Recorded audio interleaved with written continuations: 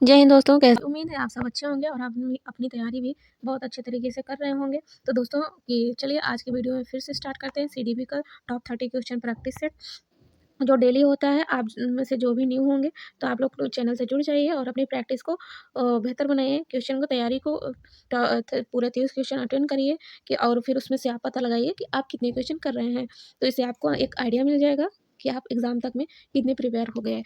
ठीक है, तो चलिए फिर शुरू करते हैं आज की वीडियो का। ये जो फर्स्ट क्वेश्चन आपके सामने है तो इसको करिएगा। क्या है यहाँ पे, क्या कह रहा है? बाल विकास में, एक सेकंड में कलर चेंज करती हूँ।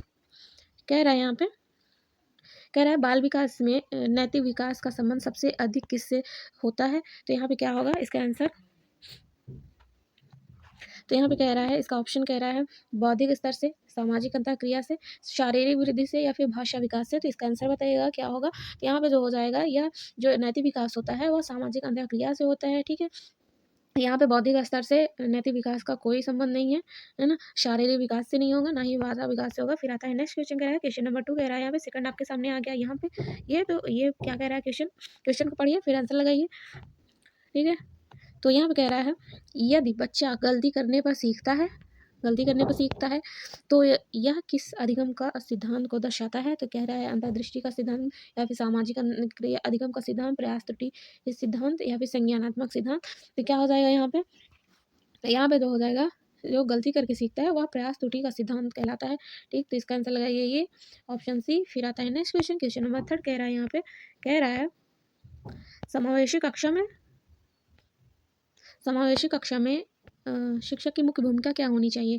तो क्या होनी चाहिए या फिर क्या होती है? तो कह रहे हैं यहाँ पे पाठ्यक्रम समाप्त करना होना चाहिए या फिर सभी बच्चों के लिए जो अनुकूल वातावरण है वो, या फिर कह रहा है जो शिक्षक की भूमिका है वह केवल कमजोर छात्रों पर ही ध्यान देना चाहिए या फिर उसका मूल्यांकन करना चाहिए, केवल मूल्यांकन करना चाहिए। तो देखिए क्या है कि यहाँ पे जो शिक्षक की भूमिका होनी चाहिए वो सिर्फ पाठ्यक्रम को समाप्त करना ही नहीं है। उसका उद्देश्य सिर्फ यही एक चीज़ नहीं होगा, ना ही कमजोर छात्रों पर केवल ना ही कमजोर छात्रों पर ध्यान देना है, ना ही मूल्यांकन पर। ठीक है, यहाँ पे जो हो जाएगा वो सभी बच्चों के लिए अनुकूल वातावरण तैयार करना है। ठीक है, फिर आता है नेक्स्ट क्वेश्चन, कह रहा है यहाँ पे, नेक्स्ट क्वेश्चन यहाँ पे ये आगे आपके सामने यहाँ पे कह रहा है पियाजे के अनुसार अमूर्त चिंतन की क्षमता जो है विकसित होती है, तो किस अवस्था में विकसित होती है ना। तो यहाँ पे पूछ रहा है, कह रहा है यहाँ पे मूर्त संक्रियात्मक अवस्था में या पूर्व संक्रियात्मक अवस्था में या फिर संवेदी गत्यात्मक अवस्था में या फिर औपचारिक संक्रियात्मक अवस्था में। तो यहाँ पे क्या हो जाएगा बताइए। तो यहाँ पे जो हो जाएगा, ये जो अमूर्त चिंतन की क्षमता जो विकसित होती है तो यह जो है औपचारिक संक्रियात्मक अवस्था में विकसित होती है। तो इसका आंसर हो जाएगा ऑप्शन डी। फिर आता है अगला, अगला कह रहा है, कह रहा है यहाँ पे बुद्धि परीक्षण का उद्देश्य क्या है? तो ये आ गया, क्या है बुद्धि परीक्षण का मुख्य उद्देश्य क्या है? तो यहाँ पे कह रहा है बच्चों की तुलना करना, शैक्षिक चयन करना, मानसिक क्षमताओं का विकास करना या फिर व्यक्तित्व मापन करना। तो जो बुद्धि का मुख्य उद्देश्य होता है, जो उसका उद्देश्य होता है वह मानसिक क्षमताओं का मापन करना होता है। ठीक है, तो इसका आंसर लगाइए सी। फिर आगे बढ़ते हैं क्वेश्चन नंबर 6 की तरफ। यहाँ पे वाइगोस्की के बारे में, उसके सिद्धांत के बारे में क्वेश्चन है, तो इसका पढ़िए। कह रहा है वाइगोस्की के सिद्धांत में जेडपीडी का अर्थ है क्या है? सीखने की सीमा या फिर विकास स्तर, वास्तविक स्तर, वास्तविक विकास या फिर संभावित विकास क्षेत्र। तो क्या होगा, देखिए जेडपीडी क्या होता है, इसका फुल फॉर्म जो है वो है जोन ऑफ प्रॉक्सिमल डेवलपमेंट। ठीक है, तो उसी का संक्षिप्त रूप है जो जेडपीडी। तो ये जो है जेडपीडी या इस कैसा क्या अर्थ देता है जो, तो यहाँ पे जो है तो क्वेश्चन नंबर 6 का जो आंसर हो जाएगा तो यह हो जाएगा संभावित विकास का क्षेत्र। ठीक, तो इसका आंसर लगाइए डी। फिर आगे बढ़ चलते हैं, तो यहाँ पे आ गया अगला, यह कह रहा है निम्न में से भावनात्मक विकास का लक्षण क्या है? शब्द भंडार होगा या फिर सामाजिक समाधान होंगे या फिर आत्मनियंत्रण होगा या फिर तर्क क्षमता होगा। तो जो भावनात्मक विकास का लक्षण होता है बच्चों, तो वो जो हो जाएगा वो हो जाएगा आत्मनियंत्रण। ठीक है, तो आगे आते हैं क्वेश्चन नंबर सी, आंसर लगाइए 7 का आंसर सी। फिर आता है आगे अधिगम को स्थायी बनाने में सबसे अधिक सहायक क्या है? अधिगम को स्थायी बनाने में सबसे अधिक सहायक पूछ रहा है क्या है? दोहराव होगा या फिर समाज आधारित सीख होगा या दंड होगा या फिर अनुशासन होगा। तो यह यहाँ पे क्या हो जाएगा, यह समाज आधारित सीख हो जाएगा। इसका आंसर हो जाएगा बी। फिर नेक्स्ट क्वेश्चन कह रहा है यहाँ पे, कह रहा है बाल्यावस्था में खेल का प्रमुख कार्य क्या है? बाल्यावस्था में खेल का प्रमुख कार्य क्या है? खेल का प्रमुख कार्य क्या है? मनोरंजन होगा या फिर सामाजिक विकास होगा या फिर समय व्यतीत करना होगा, प्रतिस्पर्धा क्या? तो बाल्यावस्था में जो है खेल का प्रमुख कार्य जो होता है वह कि केवल मनोरंजन पर ही नहीं होता है ना, केवल मनोरंजन से ही वहाँ पे इसका प्रमुख अर्थ नहीं होता है, ना ही प्रतिस्पर्धा से यहाँ पे कुछ ताल्लुकात है, ठीक है? समय व्यतीत करना तो ये तो बिल्कुल भी नहीं होगा, तो ये नहीं होगा। देखिए यहाँ पे क्या होगा, सामाजिक विकास होता है, ठीक है? फिर आता है अगला, कह रहा है धारणाएँ का प्रभाव का नियम क्या बताता है? या होगा अभ्यास का नियम, अभ्यास से सीख होता है या फिर संतोषजनक परिणाम होता है, फिर अनुकरण से सीख होता है या फिर अवलोकन, कह रहा है अवलोकन से सीख होगा। यहाँ पे क्या हो जाएगा, तो यहाँ पे जो है यह थर्नाई का जो थर्नाई का प्रभाव का जो नियम है, प्रभाव का जो नियम है वह क्या बताता है, पूछ रहा है। तो यहाँ पे जो हो जाएगा ये संतोषजनक परिणाम का सीख है, ठीक है? संतोषजनक परिणाम का जो सीख है वह ये हो जाएगा बी। फिर आता है नेक्स्ट क्वेश्चन, कह रहा है यहाँ पे निम्न में से कौन आंतरिक प्रेरणा है? आंतरिक प्रेरणा पूछ रहा है यहाँ पे। आंतरिक प्रेरणा कौन सा है? पुरस्कार हो गया, प्रशंसा होगा, अंक हो गया या फिर रुचि होगा। तो यहाँ पे जो हो जाएगा, यहाँ पे आंतरिक प्रेरणा पूछ रहा है तो इसका बताइएगा 11th का। तो यहाँ पे जो हो जाएगा आंतरिक प्रेरणा, देखिए पुरस्कार से आप आंतरिक प्रेरित नहीं हो सकते हैं, ठीक है? ना ही बच्चों को प्रेरित कर सकते हैं, अंग से भी कोई लेना देना नहीं है यहाँ पे। यहाँ पे जो आंतरिक प्रेरणा है वह रुचि है। आपको किसी चीज़ में अगर रुचि है, आप अंदर से प्रेरित हैं तो भी रुचि आएगी, है ना? तो यह हो जाएगा रुचि। फिर आता है नेक्स्ट क्वेश्चन, कह रहा है किशोरों में भावनात्मक अस्थिरता का मुख्य कारण क्या है? भावनात्मक अस्थिरता का मुख्य कारण क्या है? सामाजिक दबाव होगा, हार्मोनल परिवर्तन होगा, शैक्षिक भार हो गया, पारिवारिक वातावरण होगा। पारिवारिक वातावरण होगा तो यहाँ जो हो जाएगा हार्मोनल परिवर्तन हो जाएगा, ठीक है? क्या हो जाएगा? हार्मोनल परिवर्तन हो जाएगा। जो भावनात्मक अस्थिरता का मुख्य कारण जो है वो हार्मोनल परिवर्तन हो जाएगा, ठीक है? अगला आ जाओ। ये कह रहा है स्मृति का वह भाग जिसमें सूचना कुछ सेकंड रहती है, जिसमें सूचना जो है कुछ सेकंड रहती है, दीर्घकाली रहता है या फिर कार्यशील या फिर संवेदी या फिर कह रहा है स्थायी। तो यहाँ पे जो हो जाएगा, यहाँ पे जो स्मृति का भाग है वह भाग जो सूचना को कुछ सेकंड तक ही रखती है, तो वह जो हो जाएगा वह संवेदी हो जाएगा, ठीक है? क्वेश्चन नंबर 13 का ऑप्शन सी हो जाएगा, यह हो जाएगा संवेदी। फिर इसका आंसर लगाइए सी। आगे आते हैं, फटाफट करते हैं, ठीक है? तो यहाँ पर रचनात्मकता का संबंध किससे पूछ रहा है, किससे सबसे अधिक है? तो यहाँ पे क्या होगा, आईक्यू कह रहा है कल्पनाशीलता, फिर स्मरण शक्ति हो जाएगा, अभ्यास हो जाएगा। यहाँ पे क्या हो जाएगा, रचनात्मकता का संबंध किससे अधिक होता है पूछ रहा है, तो किससे होगा? तो यहाँ पे बी हो जाएगा, ठीक है? कल्पनाशीलता से, ठीक, कल्पनाशीलता से। फिर आता है नेक्स्ट क्वेश्चन, कह रहा है क्वेश्चन नंबर 15, कह रहा है यहाँ पे कह रहा है समावेशी शिक्षा का जो उद्देश्य है वह क्या होना चाहिए? कह रहा है अलग शिक्षा, फिर समान अवसर या फिर प्रतियोगिता या फिर वर्गीकरण। यहाँ पे अलग करके नहीं सिखाना है ना? ना ही प्रतियोगिता जैसा सीन करना है, वर्गीकरण करके नहीं पढ़ाना है। आपको सारे बच्चों को साथ में लेकर चलना है ना? समान सहभागिता के साथ सभी को समान अवसर उपलब्ध करा के। तो यह हो जाएगा बी। फिर आता है नेक्स्ट क्वेश्चन, कह रहा है यहाँ पे अगला क्वेश्चन आ गया। यहाँ पे कह रहा है स्किनर के अनुसार अधिगम होता है। स्किनर के अनुसार जो है अधिगम होता है, क्या होता है? अंतर्दृष्टि से होगा, अंतर्दृष्टि से होगा, अनुबंधन से होगा, पुनर्बलन से होगा या फिर अनुकरण से होगा, या फिर अनुकरण से होगा। तो क्या हो जाएगा यहाँ पे, तो जो है यहाँ पे जो स्किनर का जो अनुमान के अनुसार जो अधिगम होगा तो वह हो जाएगा क्वेश्चन नंबर 16 का आंसर बताइए। क्या हो जाएगा? पुनर्बलन, ठीक है? पुनर्बलन होगा, तो इसका आंसर सी हो जाएगा। फिर नेक्स्ट क्वेश्चन चलते हैं अगला में। कह रहा है यहाँ पे निम्न में से कौन सामाजिक भावनात्मक विकास से जुड़ा है? कह रहा है आत्मसम्मान, शब्द ज्ञान, गणना, स्मृति। किससे होगा? क्वेश्चन नंबर 17 का जो है आत्मसम्मान हो जाएगा। फिर आता है नेक्स्ट क्वेश्चन, कह रहा है अगला क्वेश्चन, आगे अगला क्वेश्चन यहाँ पे कह रहा है सीखने में अवरोध का मुख्य कारण क्या होगा? अवरोध का मुख्य कारण पूछ रहा है, कह रहा है प्रेरणा की कमी होगा या फिर कह रहा है अधिक अभ्यास या फिर रुचि या फिर प्रशंसा। जो अवरोध का कारण पूछ रहा है, यहाँ पे अवरोध का कारण पूछ रहा है, ठीक है? अवरोध का कारण क्या होगा?